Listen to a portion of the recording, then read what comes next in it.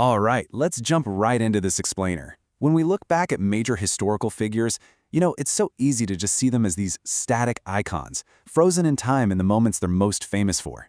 But Robert Francis Kennedy, or Bobby as most folks called him, was absolutely anything but static. He was a guy who went through a truly profound evolution during an era of just incredible national turmoil. And today, we're going to trace that exact journey.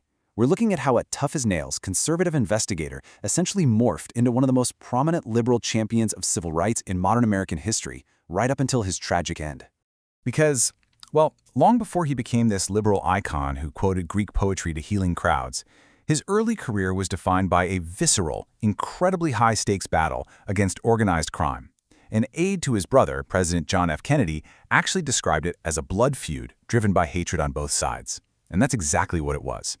Before advocating for the marginalized, Robert Kennedy was a relentless, hard-nosed investigator. He really cut his teeth diving into the gritty underworld of America, and this intense rivalry with notorious labor leader Jimmy Hoffa completely set the stage for his early public persona. So let's get into Section 1, the blood feud, Kennedy versus Hoffa. When JFK took office back in 1961, Robert was controversially appointed as the 64th U.S. Attorney General, the nation's top cop. Obviously, a lot of critics cried nepotism, right? But Robert hit the ground running. He immediately went to war. And the dynamic between him and Hoffa was a massive culture clash that totally captivated the American public. To Jimmy Hoffa, a guy who bowed to absolutely no one, Kennedy was just a spoiled rich kid from Massachusetts who had no clue about the working man. But to Kennedy, Hoffa was a corrupt racketeer exploiting those exact same working people to build his own personal empire. This wasn't just some dry legal dispute. It was a deeply personal clash of wills playing out right on the national stage. And Kennedy didn't just want to win arguments on TV. He literally weaponized the Justice Department with unprecedented ferocity. He specifically targeted the lifeblood of these criminal empires. We're talking interstate gambling, the traffic of illegal liquor, narcotics distribution, and widespread union corruption. He went after these things with a deeply rooted sense of righteous indignation. It just made his blood boil to see everyday Americans, people just trying to achieve the American dream, getting preyed upon by corrupt figures. But he also realized that to actually take down deeply entrenched criminal networks, the federal code needed some serious teeth. So he pushed hard for new legislation, specifically H.R. 6572. He delivered no less than 8 major speeches around the country just advocating for this one bill. It was a massive priority for him. And in doing so, he laid the very groundwork for the modern RICO laws we still use today to go after organized crime bosses, rather than just the street-level guys. It proves he wasn't just this bulldog investigator. He was a highly strategic thinker who was changing the very fabric of American law enforcement.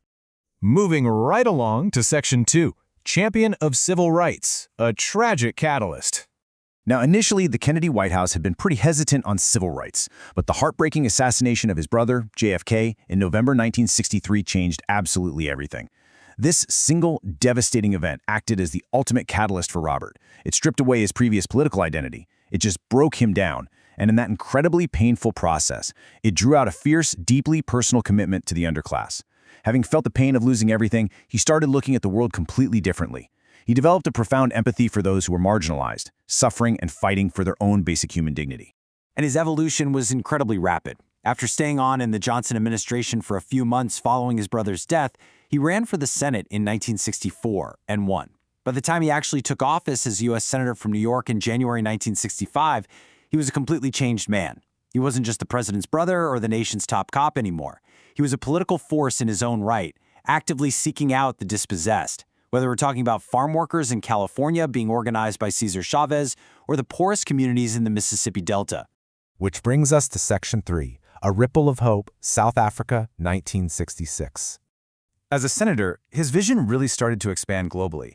In 1966, completely defined political caution, he accepted an invitation from student activists to visit South Africa.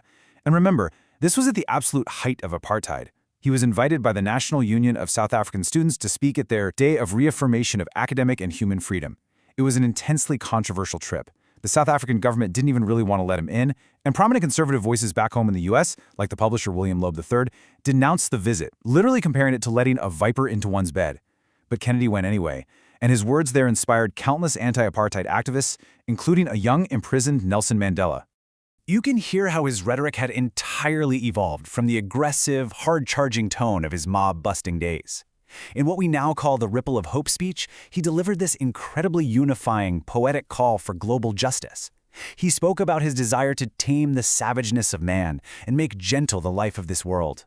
He emphasized inclusiveness, the crucial role that young people play, and the absolute necessity of individual liberty. He was brilliantly connecting the American civil rights struggle directly to the fight against apartheid, making the point that the pursuit of human dignity truly knows no borders. And now we hit Section 4, Tragedy at the Ambassador, June 5, 1968. Fast forward to 1968, and RFK was running for president, carrying the hopes of a very fractured nation. He was fiercely opposing the Vietnam War and promising a more equitable society. But on June 5th, just moments after winning the crucial California primary, that promise was violently cut short. The immediate pivot from a jubilant, celebrating political campaign into a grim, sprawling law enforcement operation is just incredibly sobering. When you dig into the official LAPD investigation summary, you can tell authorities instantly knew the historical and global scrutiny on this event was going to be immense. The official documentation walks through every agonizing step of that grim sequence. First, delivering his victory speech to a packed, cheering crowd at the Ambassador Hotel. Then, the fateful decision to change his planned exit route, moving off the stage and through the kitchen pantry just to avoid the crush of supporters.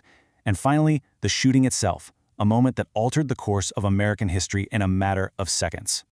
The sheer magnitude of the local and federal response was absolutely staggering.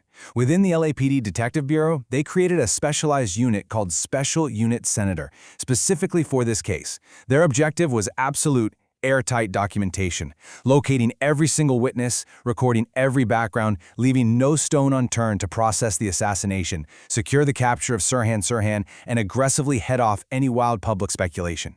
Declassified police records show they went to incredible forensic depths. They meticulously documented literally everything, from specific security flaws at the hotel to the emergency medical treatments at the Central Receiving Hospital, the press coverage, the autopsy, and even the other victims of the shooting. The files detail the exact functions of the Rampart Patrol and the transfer of the senator's body. It's a chillingly clinical breakdown of what was for many a massive national heartbreak.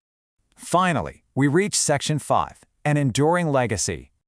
Robert F. Kennedy is buried at Arlington National Cemetery, but his legacy goes so far beyond stone monuments. His story isn't just a list of the high-ranking positions he held. It's really about his unique capacity for profound personal growth in the face of unimaginable national and personal tragedy.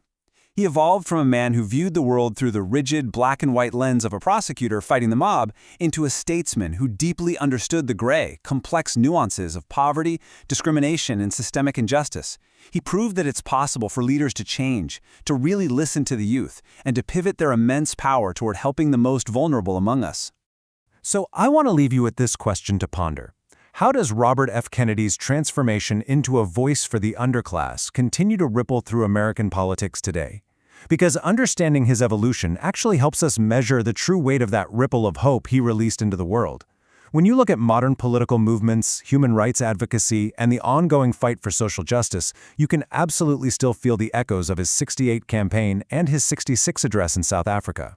His life was tragically cut short, but the transformation he underwent remains a powerful blueprint for empathetic leadership. Thank you so much for joining me on this explainer today. Keep questioning, keep learning, and I'll see you next time.